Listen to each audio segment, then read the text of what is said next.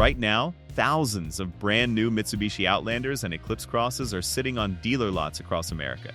0 miles, perfect condition, but nobody's buying them. What happens next? It's darker than most people realize, and by the end of this video, you'll never look at a new SUV the same way again. 7. The invisible cost. Most people don't know this about car dealerships. When that shiny new Mitsubishi Outlander arrives on the lot, the dealer doesn't actually own it. Not really, they're renting it. Every vehicle is financed through floor plan financing. Think of it like a massive credit card from Mitsubishi Motors or a bank. The dealer borrows money to stock their lot, and the lender keeps the title until someone buys the vehicle. For the first 60 to 90 days, life is good. Interest rates are low, sometimes even zero. Mitsubishi wants dealers stocked up, so they make it cheap at first. Then, the grace period ends. Current floor plan rates run 7 to 9% annually. On a $35,000 Outlander, that's $6 to $8 per day in interest alone. Then add insurance, because if a hailstorm hits or someone damages it, the dealer pays. Property taxes, security, regular detailing to keep it looking showroom fresh, and opportunity cost. That space could hold something that actually sells.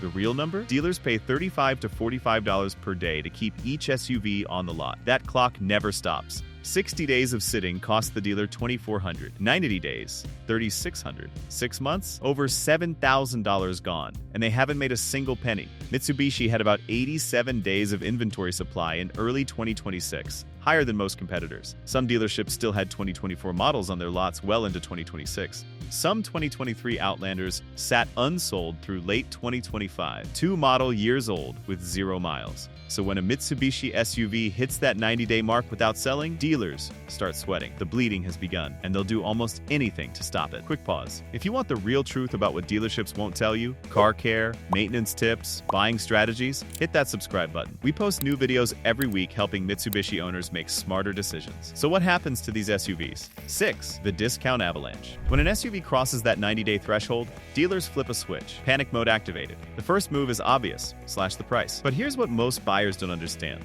There are multiple layers of discounts happening at once, and most of them are completely invisible to you. Layer 1.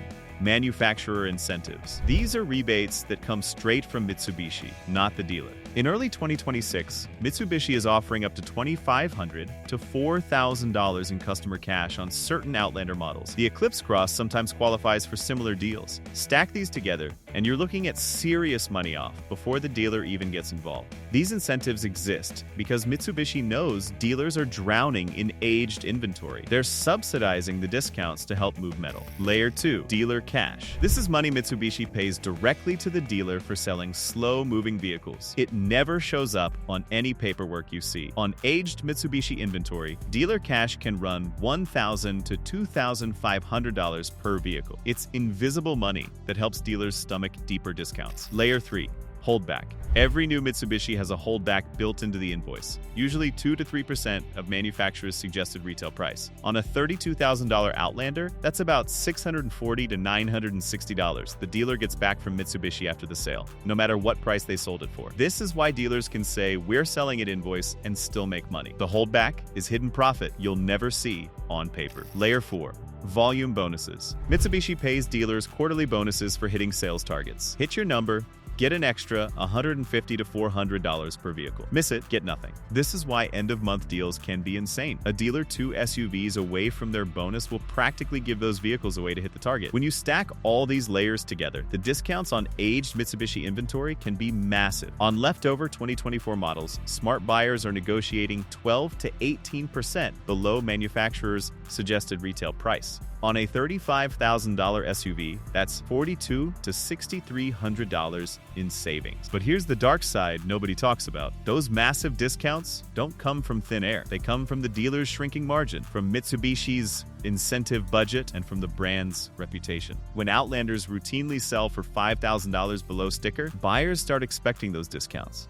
They stop paying full price. The cycle feeds itself, and Mitsubishi's resale values take a hit. And for SUVs that still won't sell even with massive discounts, that's when things get creative. 5. The demo vehicle trick. When discounts alone won't move a Mitsubishi, dealers pull out their secret weapon. They put it to work. You've seen vehicles advertised as demos or service loaners at dealerships, right? Here's what's really happening behind the scenes. That Eclipse Cross that's been sitting for 5 months, the dealer titles it in the dealership's name, puts a few thousand miles on it, and boom, it's now a demo vehicle. This accomplishes several sneaky things at once. First, it stops the floor plan interest immediately. Once the vehicle is titled, it's no longer new inventory racking up financing charges. The bleeding stops, at least from that source. Second, Mitsubishi actually pays dealers a monthly allowance for vehicles in loaner programs. That helps offset some of the losses already accumulated. Third, it creates a marketing angle. Low mileage demo with full warranty sounds way better than SUV that sat on our lot for half a year because nobody wanted it.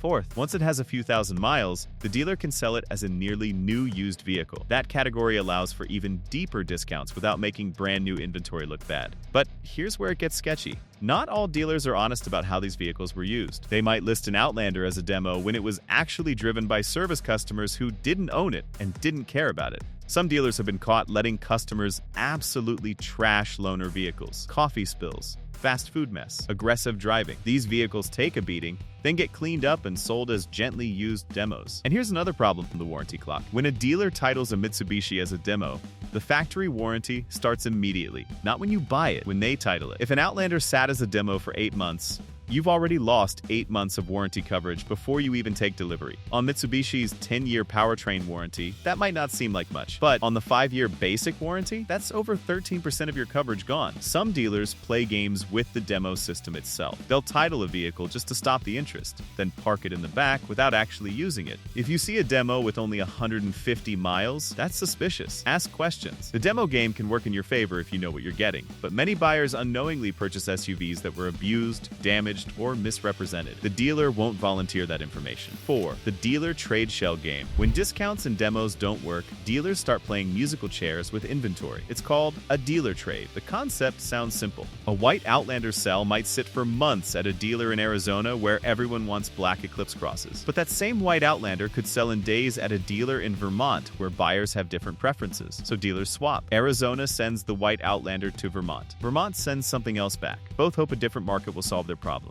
Mitsubishi encourages this because it theoretically balances supply and demand. An SUV that's dead weight in one market might be exactly what someone's looking for somewhere else. But here's what they don't tell you. Every time an SUV gets shuffled to another dealer, it accumulates hidden wear, transport damage, loading and unloading, multiple people moving it, parking it, inspecting it. The odometer might still show 38 miles, but that number doesn't tell the whole story. The vehicle has been loaded onto transport carriers, driven around multiple lots, and handled by dozens of people before you ever touch it. And if a Mitsubishi has been traded multiple times, major red flag. When an Outlander bounces between 3 or 4 dealerships over several months, there's usually a reason. Maybe it's an extremely unpopular color combination.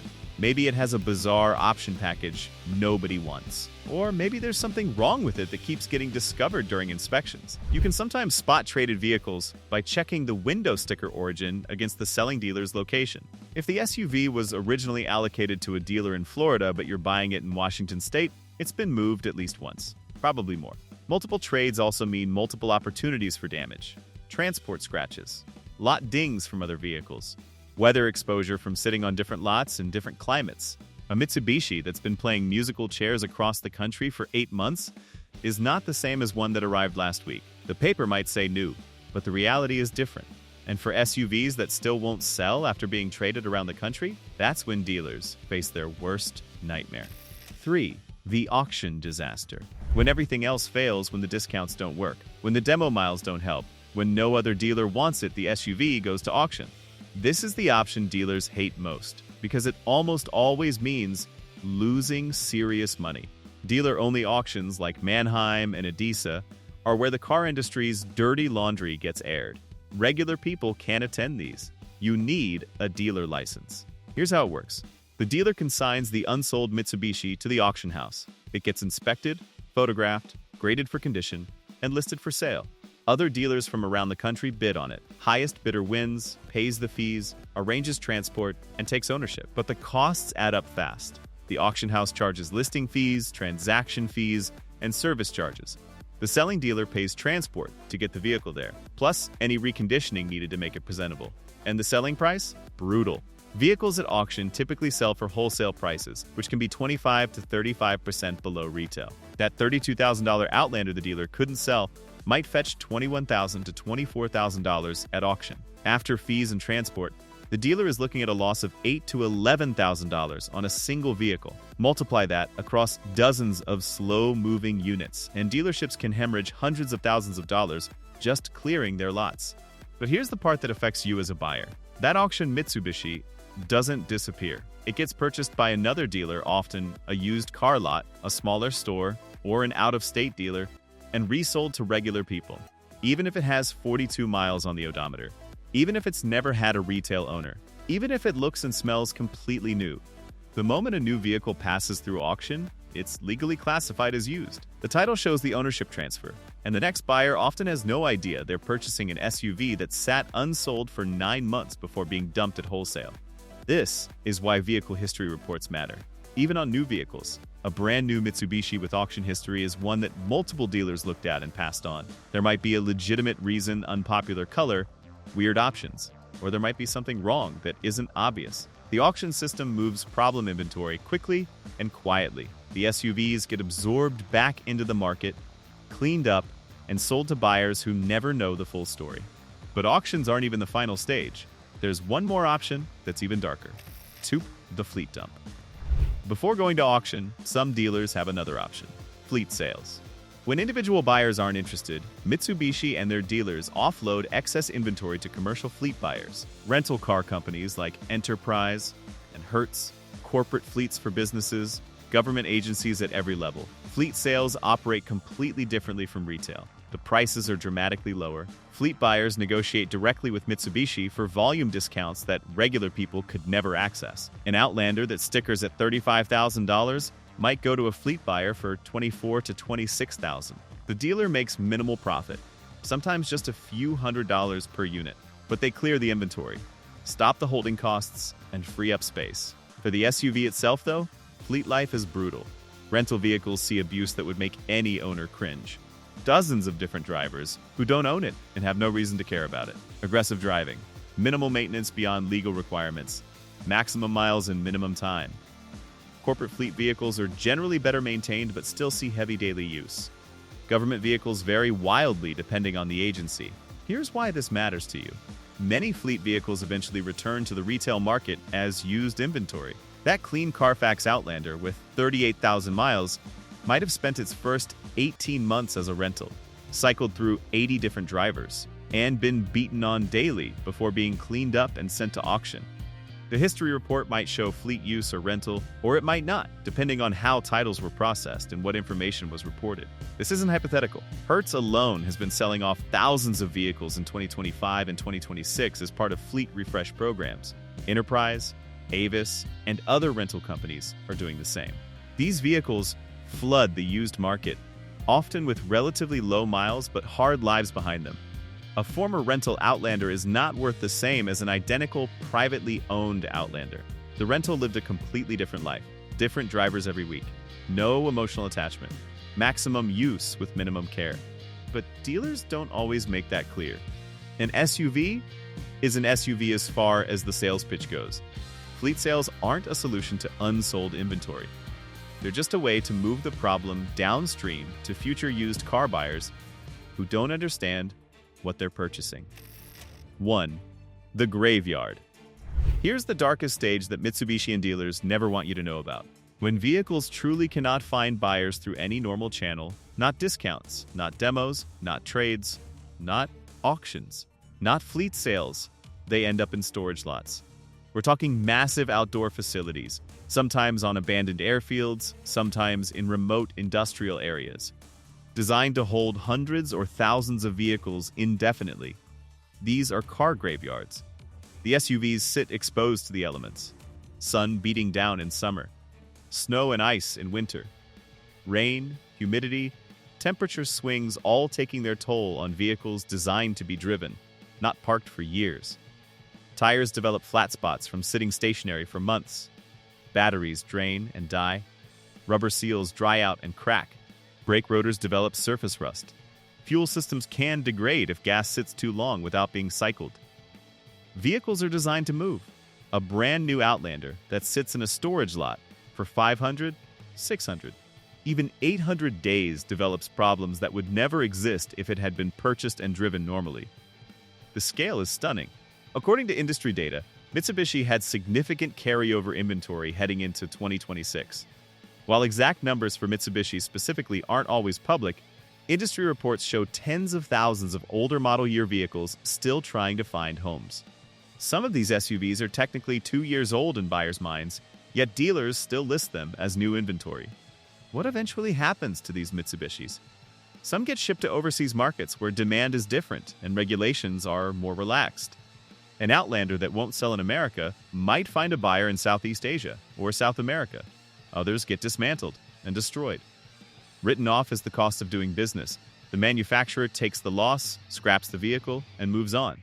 In extreme cases, Mitsubishi offers buyback programs to help dealers recover costs on particularly toxic inventory. The vehicles get absorbed into corporate fleets, employee purchase programs, or simply removed from the market. Every single one of those unsold SUVs represents real money lost. Floor plan interest, insurance, storage fees, depreciation, all eating away at whatever value remains. The graveyard is the industry's dirty secret. Billions of dollars worth of vehicles that nobody wants, slowly deteriorating while manufacturers and dealers figure out what to do with them. What this means for you. So here's what you need to know as a Mitsubishi buyer. That brand new Outlander on the lot might have just arrived last week, or it might have been sitting there for 8 months, shuffled between dealers, converted to a demo, and desperately discounted. The price tag won't tell you. The salesperson definitely won't tell you. But now you know what to look for. Ask when the vehicle arrived.